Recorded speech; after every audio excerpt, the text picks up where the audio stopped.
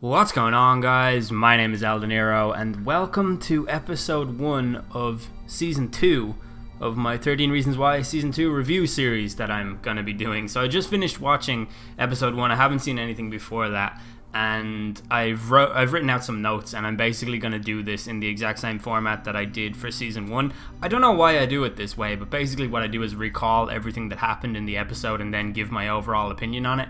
I don't do it with other things that I review, it's only with this show, and I think it's because there's something about the writing in this show that I find really interesting, and I can't quite put my finger on it, but every time I talk through it, I find myself becoming more attracted to the show itself. Does that make sense? I hope it does. Anyway, if you're new around here, that's great. Thanks for being here. And if you're old around here, leave a like on the video to get us rolling for the new seasons, because that would be pretty cool. So we begin this episode with just before I start, actually, the intro to this show. I said it in last season's review. The intro is really good, and it's really short as well. I don't know why it even has like a skip intro button on Netflix.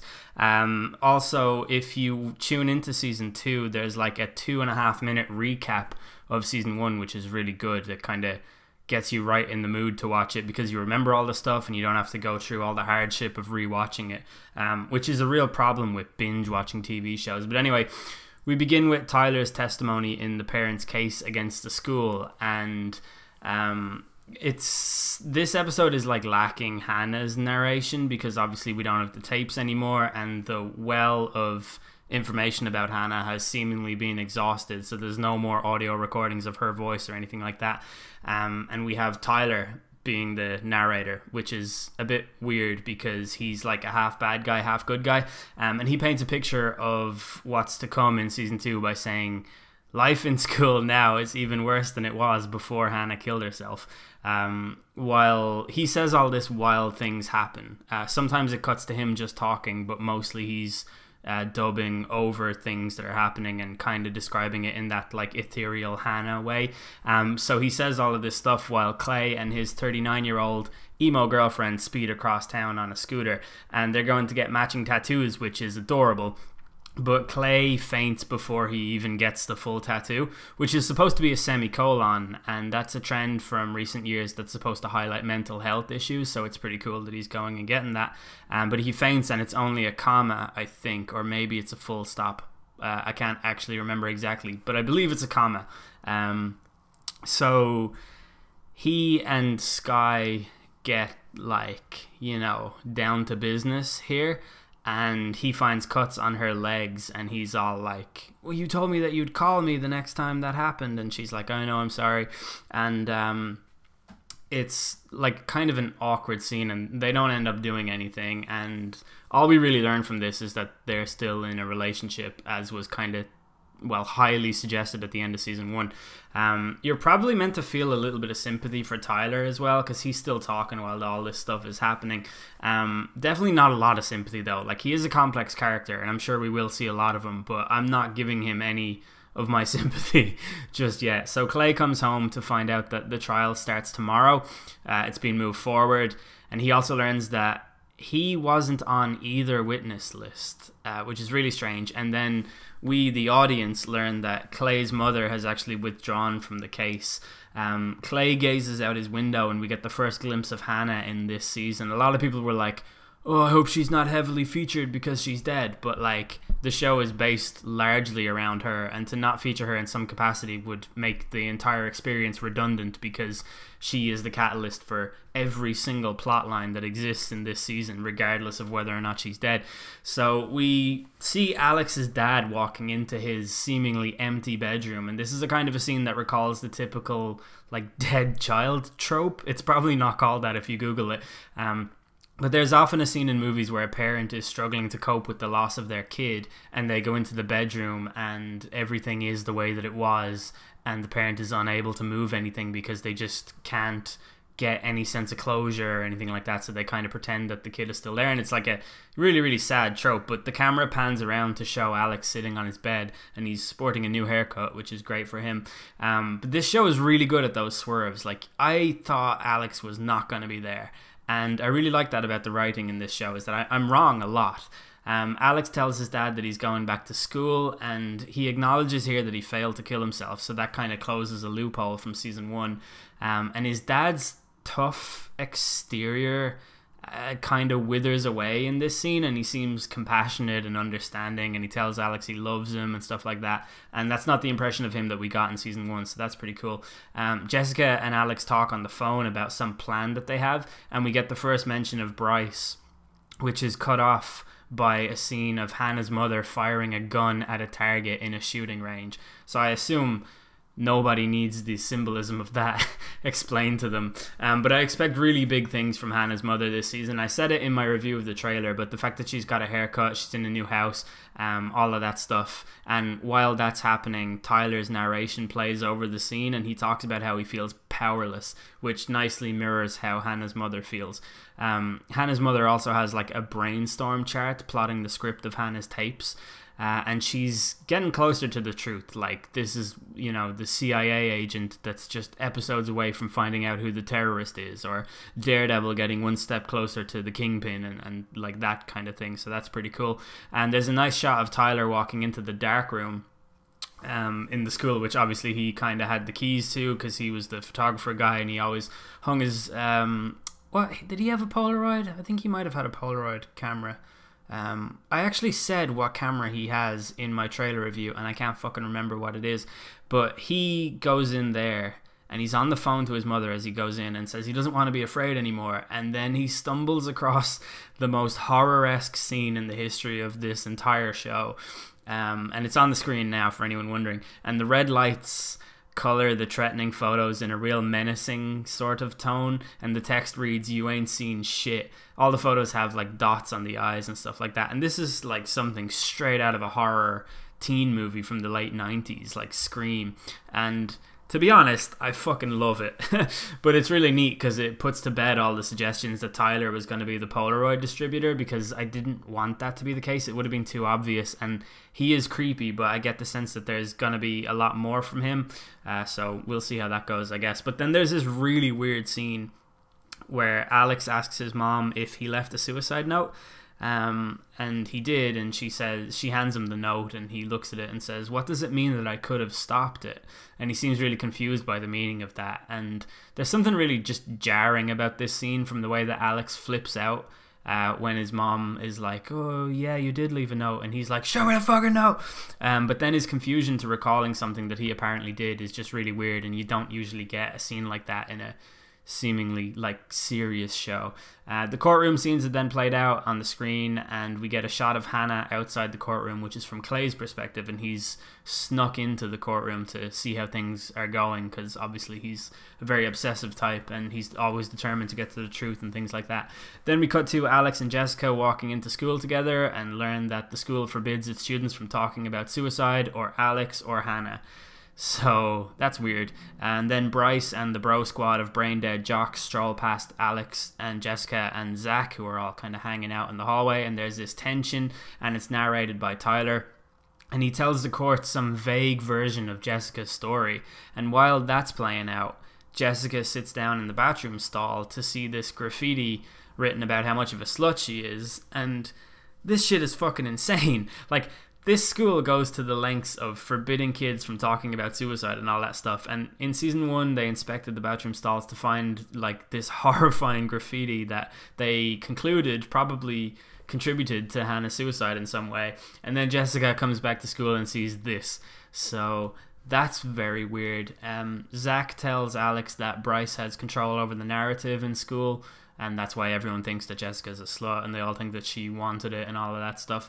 And then in Tyler's courtroom speech, we get our first flashback to the days of Hannah in school, which is very reminiscent of season 1. They have that kind of like sepia filter on the screen to highlight the fact that they're in their younger days and stuff like that. The defense argues that Hannah loved the attention from all the photos, and this is really just some classic character assassination shit. And then Tyler has this monologue, and it's kinda similar to a post that you would read on the fucking incel subreddit. Like, this guy can't take social cues, and he thinks that he has some kind of right to Hannah's attention because he recognizes her beauty in a way that nobody else does, or something like that. And he's so creepy. And as I said in my review of season 1, he has the hallmarks of a school shooter. So I suspect something on that front will develop in this season. He tells the court that he saw Hannah sending suggestive pictures of herself, and then he erupts in this jealous meltdown about how the recipient of those photos didn't deserve them, and it's just seriously class A creepy shit. And then the defense attorney is no better. She basically just buries Hannah's reputation for the court, which must be a horrible job for her to have to do. But I guess Hannah's mother didn't accept the settlement deal, so this is what has to happen. Tyler says there are people who get hurt and there are people who do the hurting, and he says this as Clay and Bryce walk past each other in the hallway. And I don't know if it's because I never mentally graduated to adulthood or whatever, but I was so hyped when I saw this, and I thought the tension delivered by the slow-mo here was awesome, and the soundtrack was really fitting. And then we see Mr. Porter, the worst guidance counselor in the world, approaching Bryce in the bathroom, and Bryce makes some smart comment, and Mr. Porter grabs him by the throat, pushes him against the wall, and softly kisses Bryce's forehead and tells him that all will bow to the eyeless god. Nah, just kidding. He threatens him and tells him not to approach Jessica or he will, and I quote, fuck up his life. And this is a cool scene, but it's just Mr. Porter overcompensating for the fact that he made a fatal error in season 1, which cost Hannah her life. Then Bryce and his gang of merry morons approach Tyler in the hallway and threaten him just a little bit before Mr. Porter appears and beats Bryce to death with a baseball bat, figuratively speaking. Mr. Porter also tells Tyler that he's going to start some new special program with him, which I can't help but feel is just going to isolate him in the long run, even though it's an attempt to do the exact opposite of that. It's like he's trying to kind of wind him in and set him back on a normal course, correct his course to normality, but it's going to do the exact opposite thing, I'm sure. And then we see the first Polaroid, which appears to be delivered to Clay's locker from a guy called Scott, but we don't know that for sure. And the inscription on the back reads, Hannah wasn't the only one.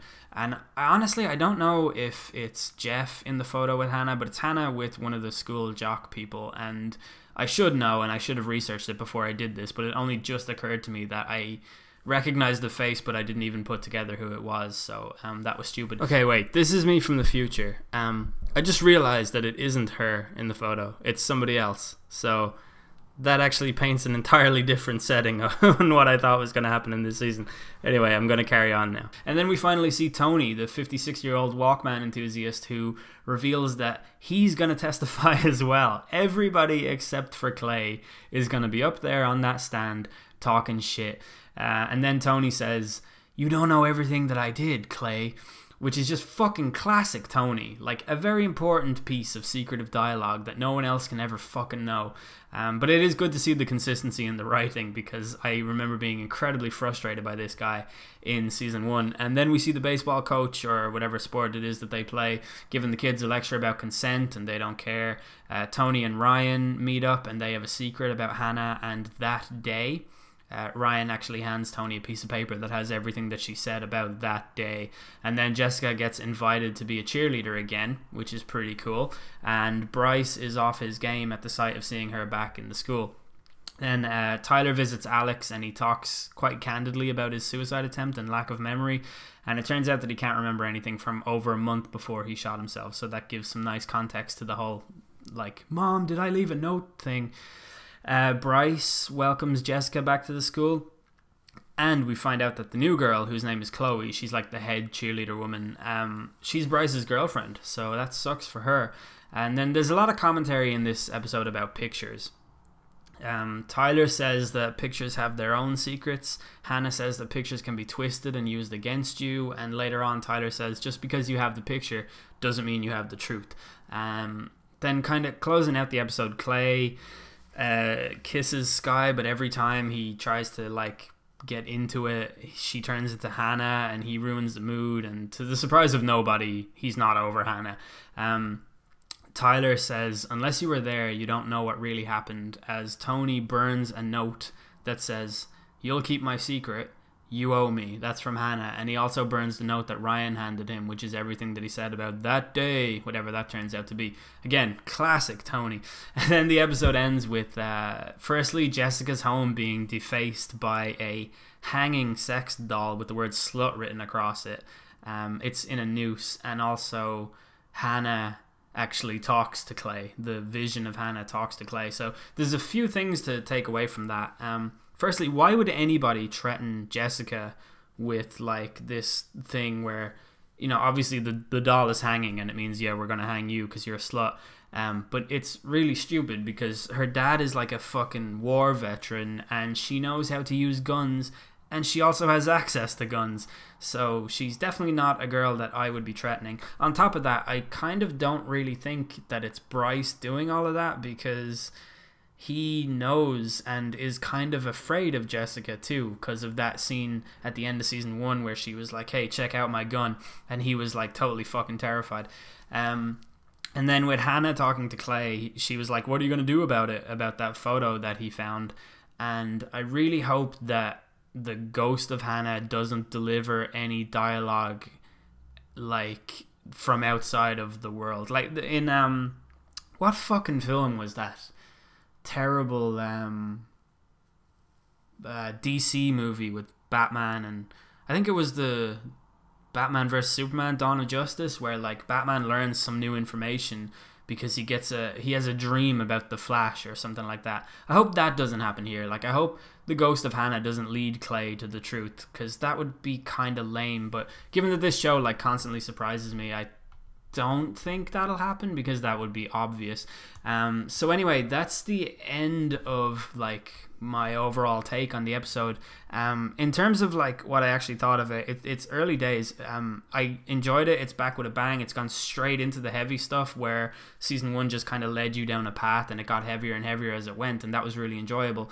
This season has like sort of new elements to it. The whole horror thing is pretty cool. Like when Tyler walked into the dark room and when Jessica opened her front door to see the sex doll thing, those were really like horror kind of esque scenes, and that's really cool because I like the mysterious and dark elements of that kind of storyline. I like the way Clay is still really struggling, and I like the way Alex is going to go on this like mad journey of finding out the truth. And I also think that Hannah's mother Olivia is just going to be sort of like a, I don't know, just on a quest for revenge, and it's going to be really interesting. The episode itself, it felt a little bit overlong. I don't really like the way the Netflix shows all have different runtimes per episode, and I know why. It's because they're not hindered by ads and they don't have to fill a certain slot. But having like one episode be 45 minutes and one episode be an hour always makes the hour one feel a little bit longer. And they had a lot of like setting the direction to do in this episode, and because of that, it just felt a little bit overlong. And I actually couldn't get through the whole thing in one sitting because I just literally didn't have the time. So I guess I'd give this like a 7, which is pretty solid for a season 2 that nobody thought would ever even happen, because it does seem like the kind of show that you would only need to give one season to. One of the things that I took away from season 1, say before I'd seen the last 2 episodes, I was thinking to myself, how are they going to make a season 2 out of this? And they've actually got like a lot of stuff to get through. So I think for that reason, it's going to be like an action-packed season, and a lot of stuff is going to happen. So I'm actually quite excited for it. So yeah, there you go. Overall, like a solid 7 to a 7.5 for this. And I'll see you guys for the next episode. Also, I'd really like to know what you guys thought of it, and what you like expect for the season coming up, and if you've seen the whole thing or whatever. And don't spoil it by telling me that Hannah dies, because I don't want to know. All right, peace.